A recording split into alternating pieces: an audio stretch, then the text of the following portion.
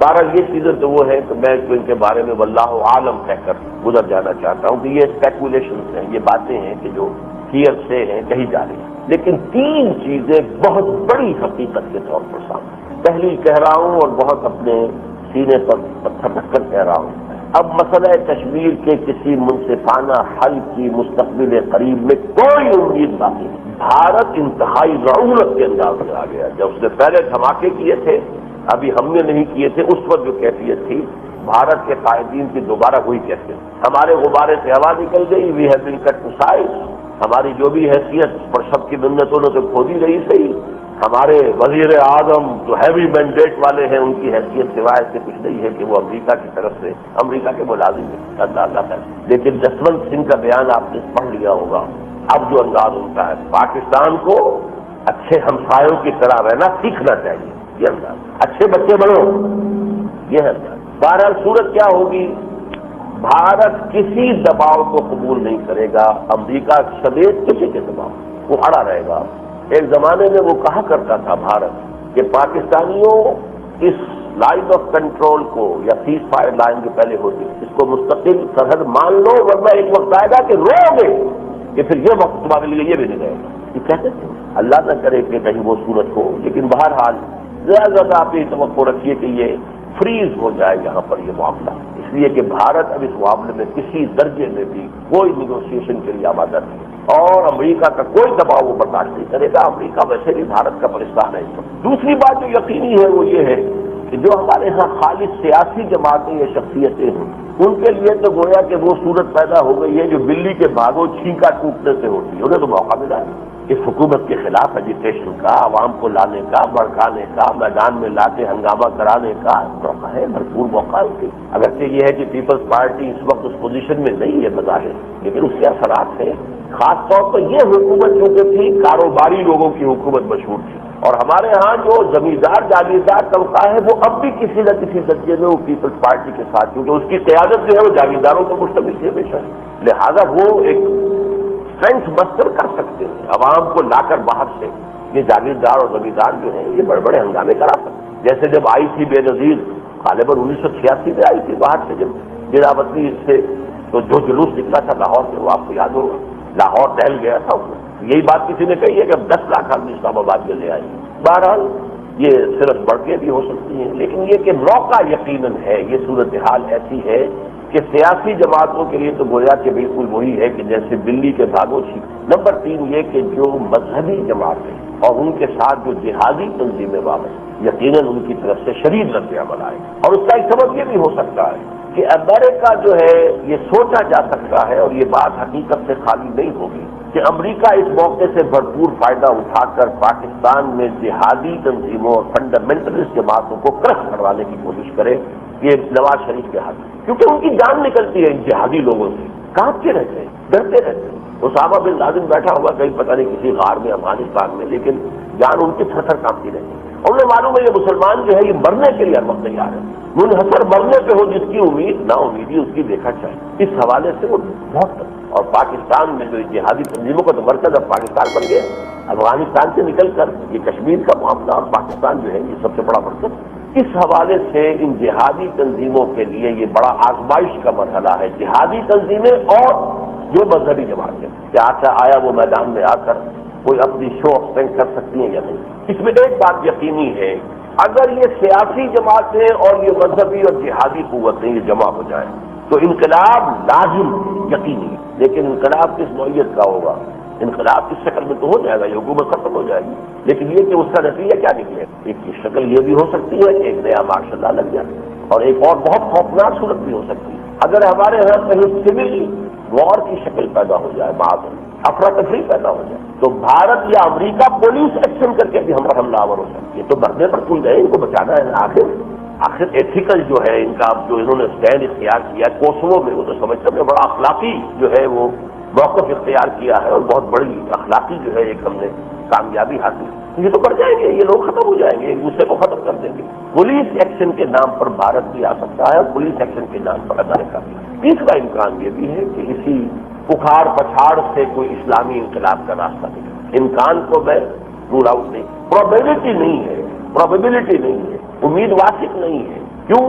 اسلامی انقلاب کے جو پری ریکویزٹس ہیں جو اس کے لوازم میں وہ پورے نہیں. میں دو چار کی طرح جانتا ہوں کہ وہ انقلاب اگر آئے گا تو وہ محمد عربی صلی اللہ علیہ وسلم کے طریق پر آئے گا، ورنہ یہ تو ہو جائے گا کوئی حکومت ختم ہو جائے، خر آمد کے گاؤ رد گاؤ آمد کے خر رد، مارشل لا ختم ہو جائے، بے نظیر آ جائے، بے نظیر ختم ہو جائے، پھر نواز شریف آ جائے، پھر نواز شریف ادھر جائے، پھر بے نظیر آ جائے، یہ تو ہو سکتا ہے، پھر وہ ختم ہو جائے، نواز شریف آ جائے، یا اس سے پہلے بھٹو کی حکومت ختم ہو جائے، مارشل لا آ جائے، وغیرہ وغیرہ. یہ صورتیں ہو سکتی. اسلامی انقلاب جو تاریخ میں صرف ایک مرتبہ آیا محمد رسول اللہ صلی اللہ علیہ وسلم کے دست مبارک، آپ سے پہلے کسی اور نبی کے ذریعے نہیں آیا. اس کا جو ہے واقع اگر کوئی توقع ہو سکتی ہے تو وہ لا یصلح آخر هذه الامه الا بما صلح به اولها. اس امت کے آخری حصے کی اصلاح نہیں ہوگی مگر صرف اسی طریقے پر جس پر کہ پہلے حصے کی اصلاح ہوگی. کیا ہوگا پر تو یہی باتیں تھی جو مجھے عرض کرنی، کیا کرنا چاہیے پر میں آ رہا ہوں. یہ میری گفتگو کا آخری حصہ ہے. ویسے میں نے اخبار میں آپ نے دیکھ لیا ہوگا تاخیر کا کے لیے آپ سے کہا تھا کہ ذہن تیار ہو کر. دیکھیے ہماری تشخیص یہ ہے کہ پاکستان ایک معجزانہ انداز میں قائم ہوا. اس معجزے کے دو پہلو تھے. ایک مسلمانان ہند کا بیک زبان نعرہ لگانا پاکستان کا مطلب کیا لا الہ الا اللہ، اور دوسرے خود مشیت ایزدی جس کے تحت اس دنیا میں قیامت سے قبل نظام خلافت علی منہاج النبوت جو ہے وہ قائم ہو کر رہے. اس کی ایک تدبیر ہے اللہ تعالیٰ کی لمبی تدبیر، اس کا 1,000 برس کا ہے. اس تدبیر میں قیام پاکستان کی اہمیت. نمبر 2 یہ کہ ہم جانتے ہیں 4 باتیں بالکل 2 اور 2 4 کی طرح کی 4 باتیں. پاکستان کا کوئی جواز نہیں اسلام کے بغیر. پاکستان کے بقا و استحکام کی کوئی اساس نہیں ہے اسلام کے سوا. بھارت ہی نہیں پوری دنیا کے مقابلے میں کھڑے ہونے کے لیے ہمارے پاس اگر قوت ہے تو وہ 2 ہی چیزوں کی ہے، قرآن اور دین حق. جیسے کہ علامہ اقبال نے کہا خار از محجوری قرآن شدی شکوہ سنجے گردش دوران شد. اے امت مسلمہ تو ذلیل و خوار ہوئی ہے، زبوں حال ہوئی ہے قرآن کو چھوڑنے کی وجہ. زمانے کا اور امریکہ کا اور بھارت کا اور فنا کا شکوہ، یہ شکوہ سنجے گردش دوران شدی، یہ شکوہ تو کرتی ہے. حقیقت میں اے باد صبا ای ہما آوردہ تم نے اسلام کو قرآن کو پیٹھ دکھائی تو نتیجہ یہ خار از محجوری قرآن شدی شکوہ سنجے گردش دوران شدی. اے تو شبنم بزمی استندئی در بغل داری کتاب زندگی، وہ کتاب زندہ آج بھی تمہاری بغل میں موجود. جیسے حضرت موسیٰ علیہ السلام بھی وقتی طور پر خائف ہو گئے تھے جب جادوگروں نے اپنی رسیاں اور چھڑیاں پھینکی اور وہ بھی سانپ بن گئے. انہیں احساس ہوا کہ یہی معجزہ اللہ نے مجھے دیا تھا، یہی انہوں نے کر کے دکھا دیا. تب اللہ نے فرمایا یا موسیٰ لا تخف والتے معافی یمین، اے موسیٰ گھبراؤ نہیں، ڈالو تو صحیح ذرا تمہارے ہاتھ میں ہے، اپنا یہ آسا ڈالو. وہ آسا ڈالا، وہ اللہ بنا، انہیں سارے ان سانپوں کو نگل دیا. دنیا کے سارے نظریے الحاد کے ہوں، کفر کے ہوں، شرک کے ہوں، ان کو نگل جانے والی سے قرآن مجید اور دین حق جو کہ عدل و قسط کی بنیاد پر قائم نظام ہے، political social economic system based on the divine justice of Allah سبحانہ و تعالی، اللہ کا قانون. یہ 2 قوتیں خار از محجوری قرآن شدی شکوہ سنجے گردش دوران شدی ہے تو شبنم برزبی استندئی در بغل داری کتابیں. اور اس سے بھی زیادہ ایک اور شعر ہے علامہ اقبال کا اردو میں، ہفت کشور جس سے ہو تسخیر وہ تیغ و تقن، تو اگر سمجھے تو تیرے پاس وہ سامان بھی ہے. اے مسلمان پورے عالم کی تسخیر بغیر تیغ و تفن کے تو کر سکتا ہے. تیرے پاس وہ سامان ہے. وہ سامان کون سا ہے؟ اللہ کی کتاب اور اس کا دین. قائم تو کرو اسے، دیکھو کیسے دنیا بھاگ کر قبول کرے گی. سارے نظام جو ہے وہ کانپیں گے، لرزیں گے، ختم ہو جائے گا. حق سامنے آ جائے گا تو باطل ختم ہو جائے گا. جال حق و ذاکر باطل ان باطل کانا ذہو کا، روشنی ہوگی تو اندھیرا کیسے رک جائے گا، کیسے کھڑا رہ جائے گا. یہ 2 قوتیں ہیں. جو چوتھی بات میں کر رہا ہوں، یہ میں صرف اس حوالے سے نہیں کہہ رہا کہ ہمیں اپنا غلبہ چاہیے، دنیا پر غلبہ حاصل کرنے کے لیے ہم قرآن اور دین حق کو استعمال نہیں. یہ حضور کی رحمت للعالمین کا سب سے بڑا مظہر ہے. پوری نوع انسانی کے لیے رحمت للعالمین بنا کر دیے گئے محمد اللہ. ان کی رحمت للعالمین کے سب سے بڑے مظہر 2 کیا ہے؟ قرآن. الرحمن علم القرآن خلق الانسان علمہ البیان.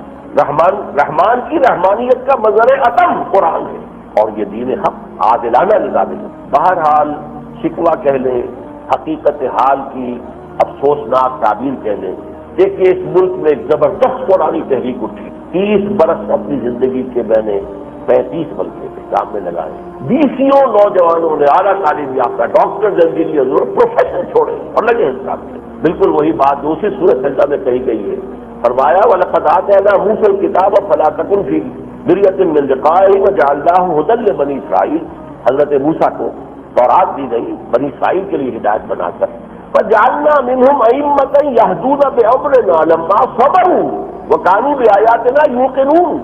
اور ان میں ایسے لوگ ہم نے کھڑے کر دیے، امام الہدا بنا کر کھڑے کر دیے، جو ہماری آیات کے ذریعے سے لوگوں کی رہنمائی کرتے تھے، اس لیے کہ صبر کیا انہوں نے، اپنی زندگیوں کو دوسرے کیریئر سے، خوشنما چیزوں سے روک کر اپنے آپ کو اس کام کے لیے وقت کیا اور ہماری آیات پر یقین انہیں حاصل.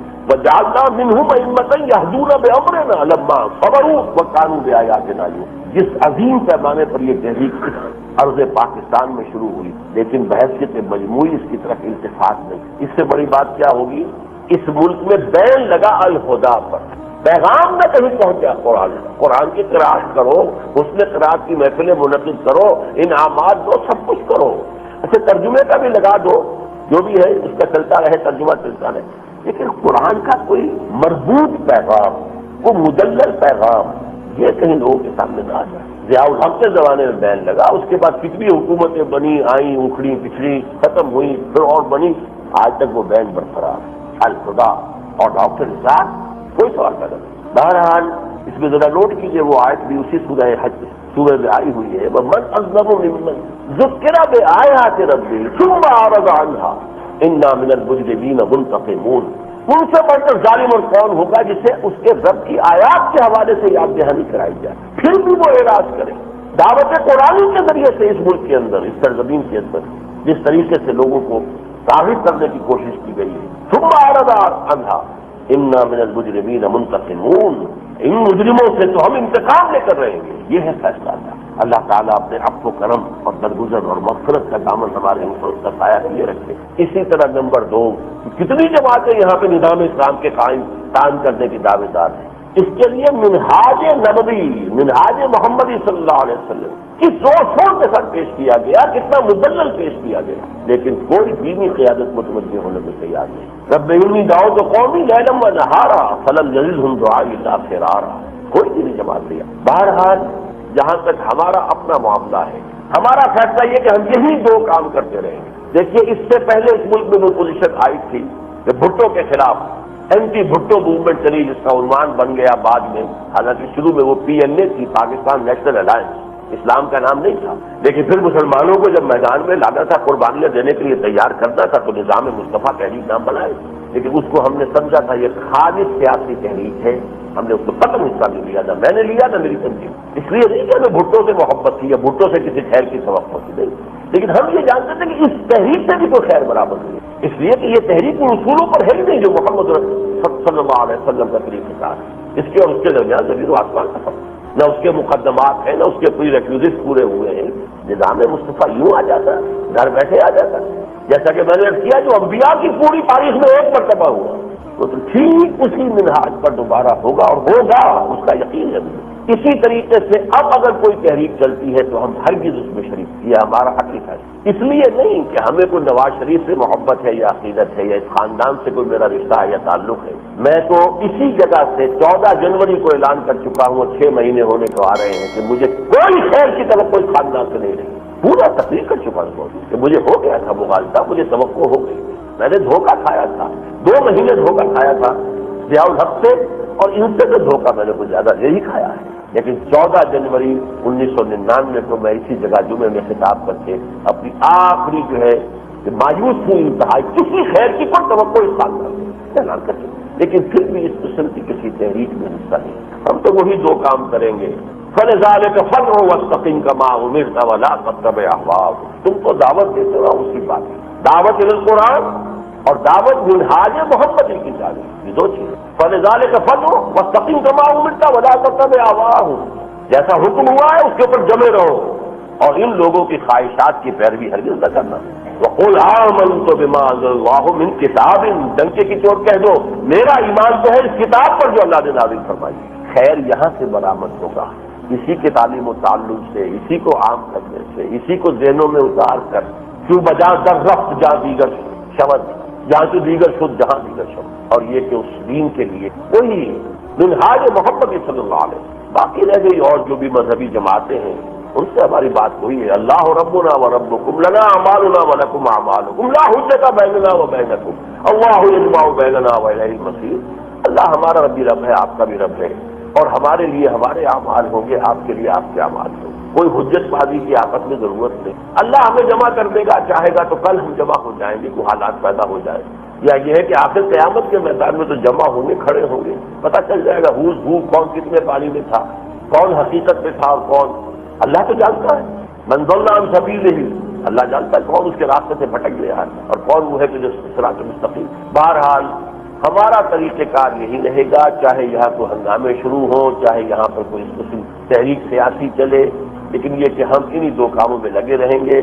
اقول قولی ھذا واستغفر اللہ لی ولکم ولسائر المسلمین والمسلمات۔ اگر آپ کو ہماری ویڈیو اچھی لگی ہو تو ہمارے چینل کو سبسکرائب ضرور کریں۔ ڈاکٹر اسرار احمد رحمت اللہ علیہ کی وفات کے لیے سورہ فاتحہ پڑھ کر کامنٹ میں آمین لکھیں۔ شکریہ۔